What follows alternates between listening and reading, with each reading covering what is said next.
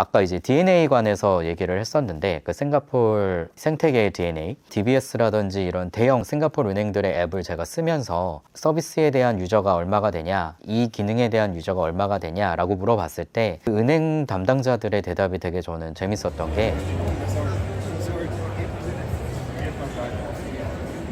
SFF는 싱가포르 핀테크 페스티벌의 준말이고요. 세계에서 가장 큰 핀테크 이벤트라고 보시면 됩니다. 세계에서 가장 큰 핀테크 행사가 미국이나 영국, 런던 이런 곳이 아니라 아시아 태평양의 중심인 싱가포르에서 열리고 있고요.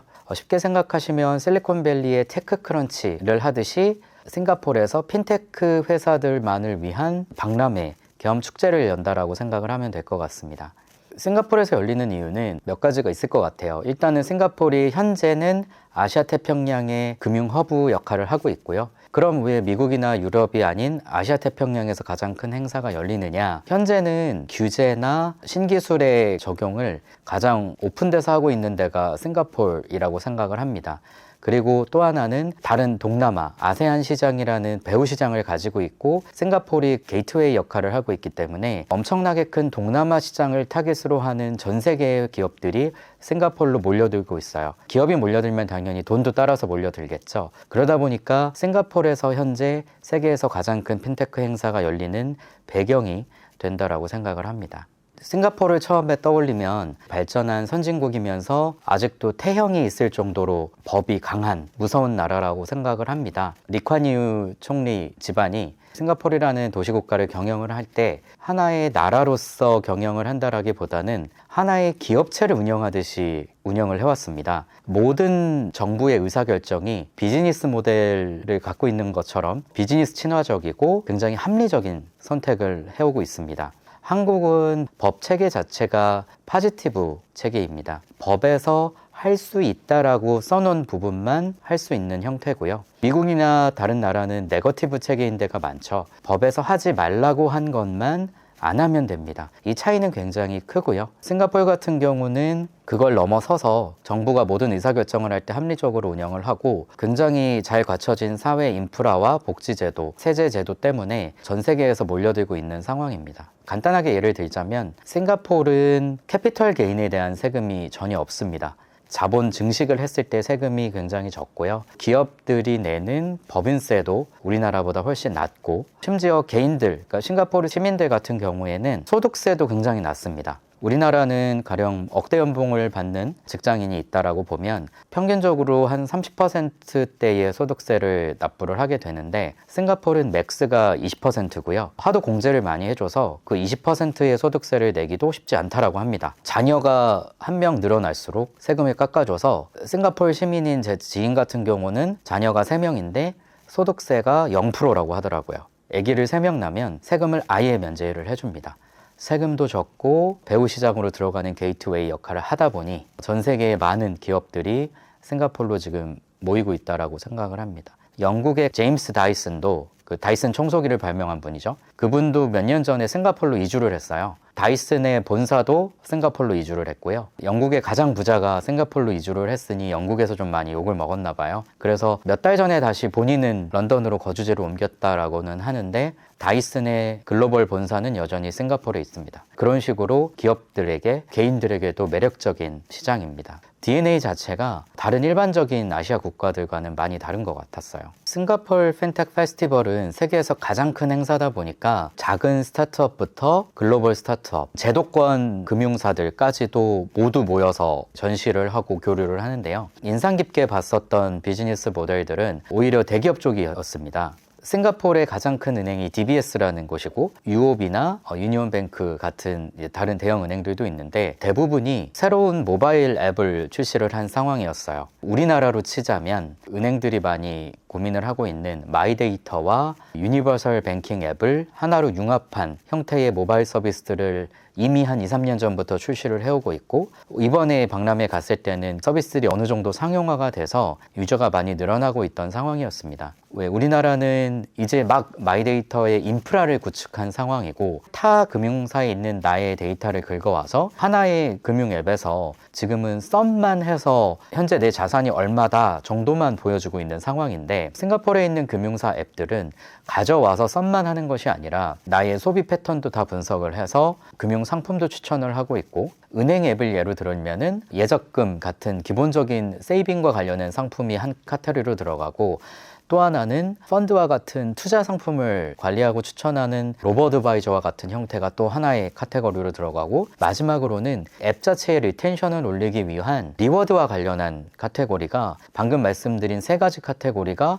동일한 레벨로 UI, UX가 구성이 되어 있는 모습이었습니다. 대부분의 은행이나 보험사 앱들이 비슷한 구성이었었고요. 보험사 중에 재밌는 회사를 한 군데 봤는데, 이 보험사 같은 데도 앱을 전혀 보험사처럼 꾸며놓지 않았고, 여전히 구성은 보험과 투자와 리워드로 구성을 해놓고, 리워드 같은 경우도 보험사와 제휴된 여러 가지 플랫폼들 그리고 카드사들에서 데이터를 긁어와서, 푸드판다라고 하는 동남아의 배달의 민족이거든요. 푸드판다에서 내가 음식을 주문을 했으면 거기에서 소액을 보험사 앱에서 계속 적립을 시켜주고, 우리나라의 어떻게 보면 저금통 서비스 같은 앱인데, 그런 소액 계좌에 금액이 어느 정도 차면은 소액으로 가입할 수 있는 보험에 자동으로 가입을 시켜줍니다. 그래서 어떻게 보면은 유저들은 꼭 내가 이 보험사 앱을 통해서 음식을 주문하거나 하지 않아도, 푸드판다와 이 보험사 앱을 동시에 가입을 했으면, 그냥 내가 음식을 주문해 먹었으면 나중에 이 보험사 앱을 들어갔을 때 내 포인트가 쌓여 있고 소액으로도 가입할 수 있는 보험에 가입을 할 수 있게 리텐션을 계속 유지를 시키고 올리는 그런 서비스들을 많이 활용을 하고 있었고요.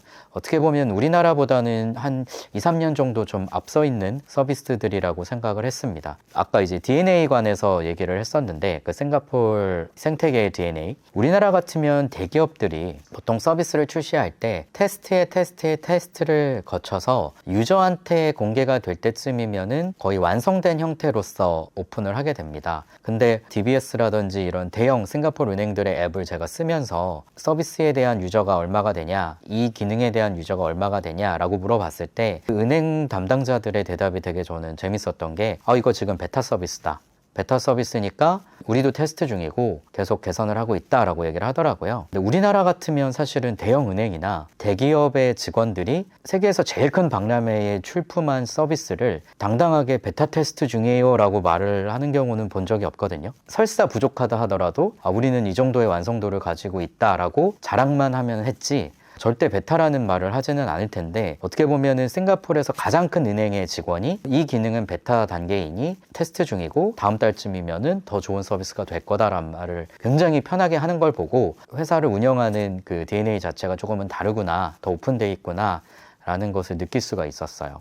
여담으로 또 재밌었던 것은, 싱가포르는 대부분의 블록체인이나 크립토커런시 회사들이 많이 본사를 두고 있잖아요. 이렇게 거대한 박람회에 가장 큰 홀에 처음 들어갔을 때 OK코인이나 바이낸스나 크립토닷컴 같은 블록체인이나 코인 거래소들이 DBS보다도 훨씬 더 크고 화려하게 부스를 운영을 하고 있더라고요. 싱가포르는 아직도 크립토나 블록체인한테는 성지인 곳이구나 라는 것을 느낄 수가 있었습니다.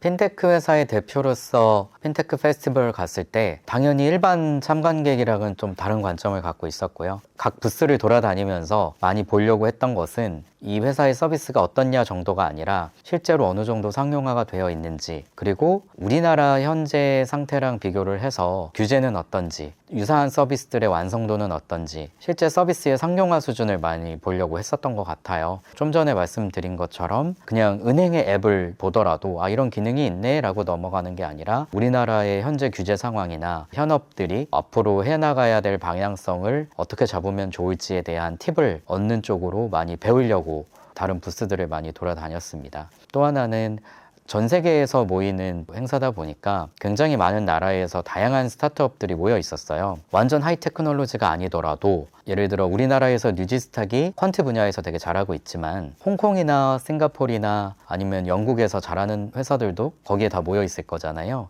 그래서 각 나라의 부스를 다니면서도 우리와 연관 있는 회사들은 어떤 서비스를 하고 있고 어떤 유저들을 타겟으로 운영을 하고 있고 결과는 어떤지 등에 대해서도 좀 많이 공부를 하려고 했었고요. 마지막으로는 전반적인 트렌드. 글로벌 행사 같은 경우는 행사 안에서 이루어지는 여러 가지 스피킹 세션이나 컨퍼런스의 주제들만 봐도 글로벌 트렌드가 어느 쪽으로 움직이는가도 잘 알 수가 있습니다. 이번에는 글로벌 트렌드가 어떻게 움직이는지도 한번 보고 왔는데, 한 3년 전이 배달이나 개인 운송 서비스, 우버 같은, 그랩이나, 그리고 개인 파이낸스, 마이크로 파이낸스의 유행이었다라고 하면, 이번에 갔을 때 느꼈던 것은 파편적으로 흩어져 있는 앱들을 이제 아까 말씀드렸던 통합 앱으로 하나로 묶는 그런 서비스들이 많아졌고, 또 하나는 글로벌 트렌드인 ESG가 굉장히 큰 트렌드였다는 것을 배우고 왔었던 것 같아요. 제가 한국에 와서도 싱가포르 얘기할 때마다 많이 공유를 하는 얘기인데, ESG 관련한 겁니다. 그러니까 요즘에 우리나라도 금융사 위주로 시작을 했지만 ESG 경영을 굉장히 강조를 하고 있잖아요. 근데 어떻게 보면 ESG라는 게 그냥 환경오염을 줄이면 되나? 아니면 거버넌스 측면에서 조금 더 투명한 경영을 하면 되나? 정도로 조금 어렴풋이만 생각을 하고 있는데, 싱가포르 같은 데는 조금 더 앞서서 고민을 하고 있더라고요. 예를 들어서 저는 MAS 부스를 갔다가 되게 인상 깊었는데, MAS는 싱가포르의 금융정부입니다. 그러니까 우리나라로 치면 금융위원회와 금융감독원과 화폐를 발행하는 한국은행의 역할을 모두 합친 기관이 MAS입니다. 엄청나게 강력한 정부기관이고요. 그 MAS에서 만든 부스 중에 ESG 관련한 부스가 있었습니다. 그래서 거기에 가보면 너무 신기했던 게, MAS에서 데이터 플랫폼을 만들어서 운영을 하더라고요. 그래서 어떤 데이터 플랫폼이냐, 부동산 관련을 해서 부동산 개발이나 건물을 이제 유지보수하고 운영하는데 들어가는 여러 가지 데이터를 수집을 해서 플랫폼에 올려놓고 그걸 금융사들한테 제공하는 플랫폼이었습니다. 이게 되게 재밌었던 게, 왜 ESG와 연결이 되냐 하면, 우리가 예를 들어서 우리나라에서도 ESG 경영이라 그러면 은행들한테 많이 요구를 하는데, 은행들이 기업에게 대출을 나갈 때 ESG를 좀 잘하고 있는 기업들은 대출을 좀 잘 해주고, ESG에 대해서 신경을 안 쓰거나 ESG 점수가 낮은 기업들한테는 대출을 좀 덜 해주고, 그러니까 이 정도의 컨셉만 가지고 있거든요, 아직 우리나라는. 그리고 그 ESG를 잘한다 못한다라는 것에 대한 조사도 아직은 필수인 게 아닌 상황이고, 자체적으로 스탠다드하지 않은 형태의 리포트가 나오고 있는 상황입니다. 이제 앞으로 나아지긴 하겠지만, 근데 아까 말씀드렸던 MAS에서 하고 있는 거는, 예를 들어 어떤 금융회사가, 은행이 프로젝트 파이낸싱을 하는 건설 개발 프로젝트에다가 돈을 대출을 해줬어요. 투자를 했어요. 그럼 부동산 프로젝트를 진행하는 부동산 운용사, 시행사나 건설사가 있을 거잖아요. 그 회사들이 실제 부동산 개발을 하고 만들어진 건물을 운용을 할 때 개발에 들어가는 교통량, 전력량, 그리고 거기서 발생하는 폐수라든지 환경오염들, 만들어지는 모든 데이터를 하나의 공통된 플랫폼, MAS가 만든 플랫폼으로 데이터를 모읍니다. 그래서 거기에서 실제로 이 프로젝트의 ESG 관련한 점수를 스코어링을 하고요. 그 점수들을 대출을 해주는 은행들한테 제공을 합니다. 그러면 실제로 이 부동산 프로젝트가 ESG 관점에서 굉장히 환경 친화적으로 깨끗하게 운영이 되고 있다 하면, 은행은 그 플랫폼에서 받은 데이터를 근거로 대출 이자를 깎아준대요.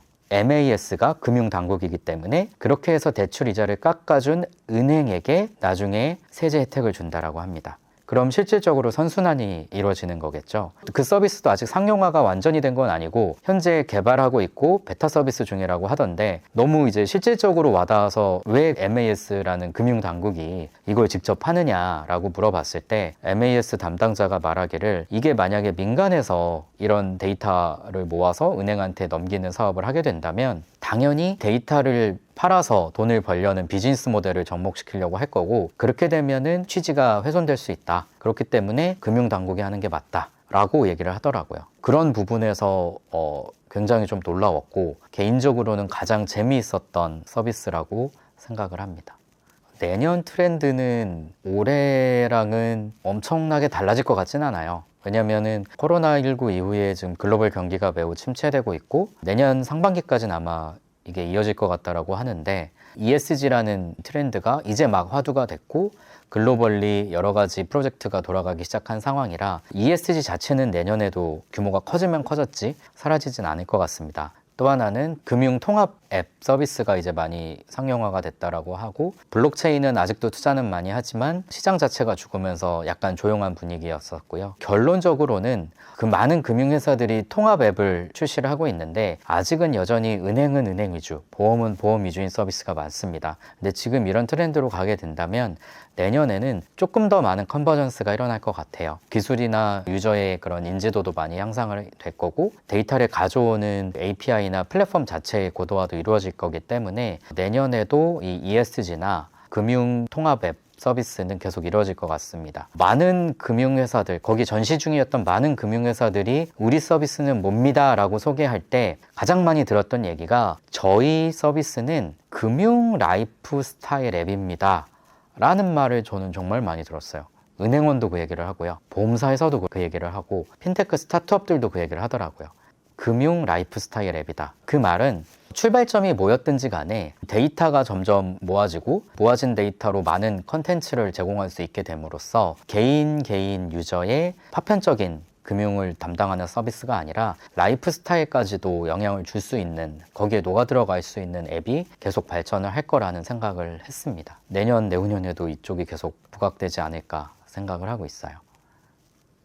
저는 개인적으로 굉장히 많은 해외 박람회를 갔다 왔었는데요. 직접 부스를 설치해서 전시를 하는 입장도 많았었고, 참관객으로 간 적도 많았습니다. 근데 직접 부스를 설치해서 우리를 알리러 가는 목적으로 가던, 제가 이번에 싱가포르 다녀온 것처럼 시장 조사와 네트워킹을 목적으로 가던 간에 시장 조사와 네트워킹이 주가 되어야 된다고 생각을 하고요. 해당 시장에 우리 서비스를 이미 대규모로 론칭을 한 다음에 마케팅을 하는 단계가 아니라면 우리를 소개하러 간 부스를 설치해서 홍보를 하는 행위 자체도 어떻게 보면은 해외 소비자나 투자자들에게 우리를 알리는 IR이나 영업이나 홍보에 가깝습니다. 그렇기 때문에 내가 부스를 설치하던 안 하던 진출하고 싶어하는 이 시장에 대해서 스터디를 하고 네트워킹을 하면서 이미 시장에 진출해 있는 플레이어들에게 많은 노하우를 배우고 시장에 대한 정보를 얻는 것이 가장 중요하고 가장 가성비가 있는 출장이라고 생각을 합니다.